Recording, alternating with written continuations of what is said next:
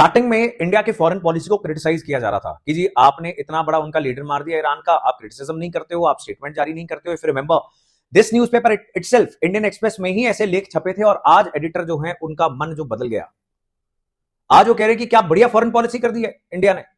The same person who was writing I guess the understated foreign policy of India, जिसमें India चुप रहा, India ने sides नहीं ली। एंड किसकी साइड लेता? ईरान की साइड लेता, और हथियार खरीद रहे हैं अमेरिका से, वेरी नाइस, इजराइल से।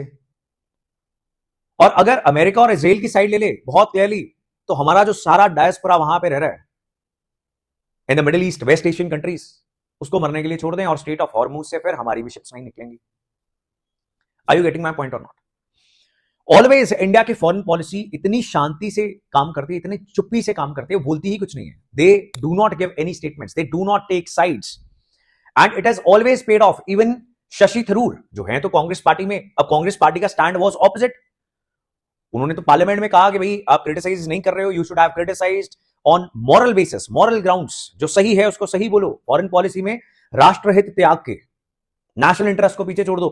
Now he is saying, Shashi Tharoor is writing a lot of things, उसमें ये भी लिख रहे हैं कि जितने भी सोवियत यूनियन ने अटैक्स किए, कब्जे किए 50s में, 60s में, ड्यूरिंग द कोल्ड वॉर, हमने उस समय क्या किया? कुछ नहीं किया, बिकॉज उस समय भी हमने मॉरल स्टैंड ना लेते हुए नेशनल इंटरेस्ट को सोचा।